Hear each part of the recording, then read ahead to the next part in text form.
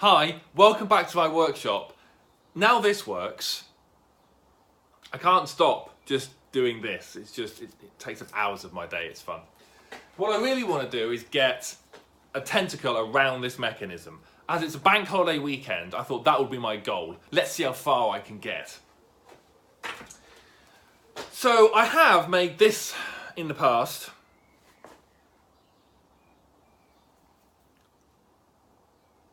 It's a really good tentacle, sized correctly. Doesn't that look good? It's everything I want it to be, except it has a texture on it. The surface has a texture because it was 3D printed. So the way I did it, I modelled it in ZBrush. Here's the ZBrush file. And I sent it off to Shapeways to be 3D printed in 2 halves. These are actually resin copies of that print because I didn't want to ruin the original. But you've got the 2 halves that join together so I can mould my tentacle. Which really works, you don't get any air bubbles, it's great. But because I couldn't afford to print my masterpiece moulds at ultra high quality, which have cost hundreds of pounds, the lower quality gives, you can see the print texture on whatever you print. Which normally isn't a problem, but with this, it kind of is because, you know, tentacles need to be smooth and slimy and just look, you know, not textured. So, trying to find a different way of making this guy, which is where this video comes in. Hang on. So my Mayacine, here's another Mayacine. I took a yay section of tentacle with 6 suckers, which can be repeated. I know my last video I said I need to taper my mechanism, which I do. But first, I'm gonna have, that much of your tentacle will be the same thickness and like that much will be tapered. So I'm working on this section first. I'm gonna get an even thickness piece of tentacle around this mechanism before I shrink it. That's what my weekend goal is. So I took a repeatable chunk of tentacle, sliced it up into 5mm sections because I wanted to use a 1mm ball nose bit with a 5mm flute length to mill it. That would give me a very, very fine, no textured surface, but because it's only got a 5mm flute length, it can only mill 5mm. So you have to slice it up into something like this. All 5mm heights. So those all pack on top of each other, and then these are the suckers which repeat over the six things. Suckers. Mould that, and you get this. Here's the cast pieces. You can see they're quite clean cast, which is great. So that will stack on top of there, that stacks on there, that goes on there, that goes like that. They go together something like that. Oops. And then these 2 pieces form your suckers. Right, so it's time to assemble these.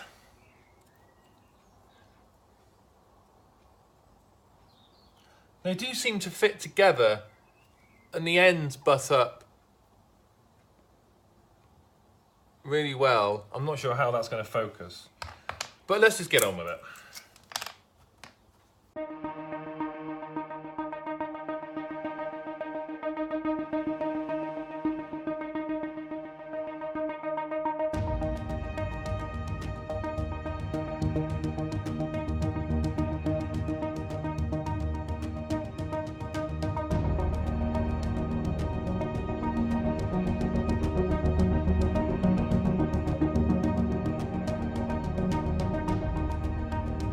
It's very difficult getting a good camera angle for things like these.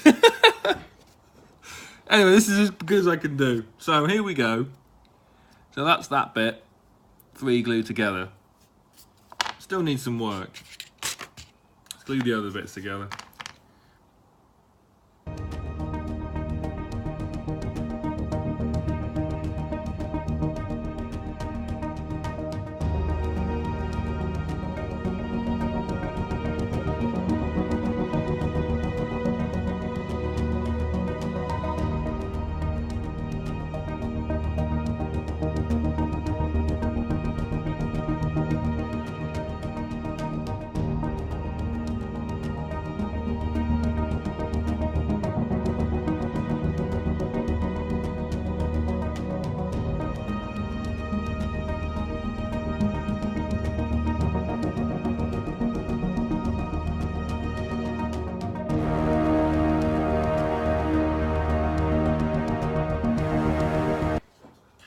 So this is going to take some time.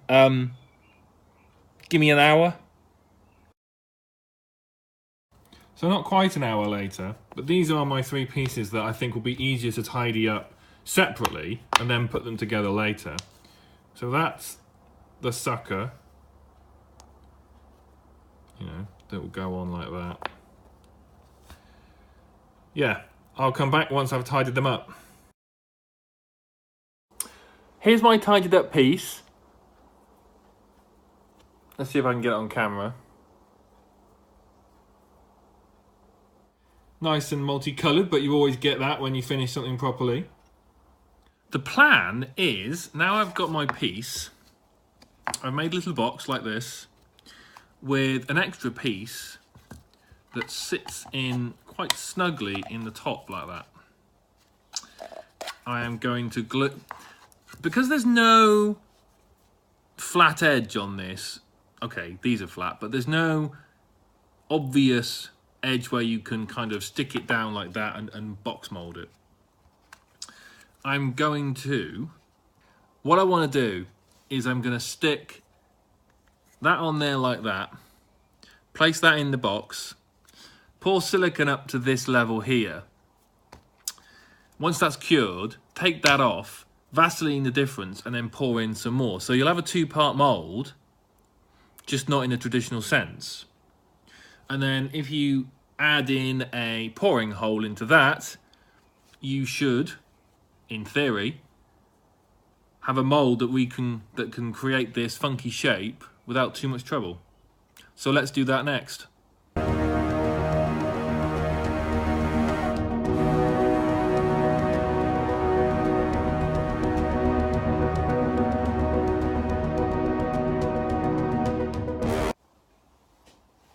As always, make sure it's level, important. You might remember that from an old video, you know, reuse wood where you can. I enjoyed making that, I really did. Anyway, there we go. I'm going to use Platsil 10 as my mould. Rubber, silicone this time. Not your standard RTV stuff. To be honest, the main reason is I want it to set quickly because I want to see how it works. So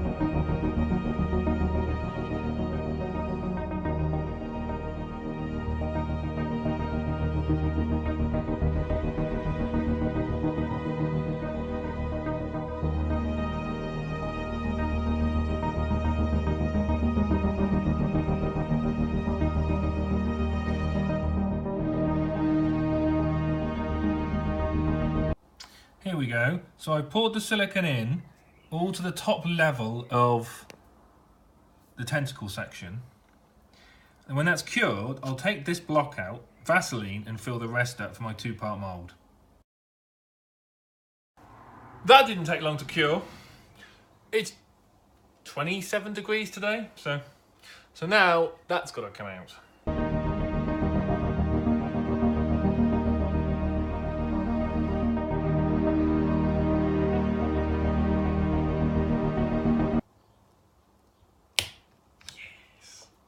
Yes. I really worried that was going to be a nightmare to get out, but it came out really easily.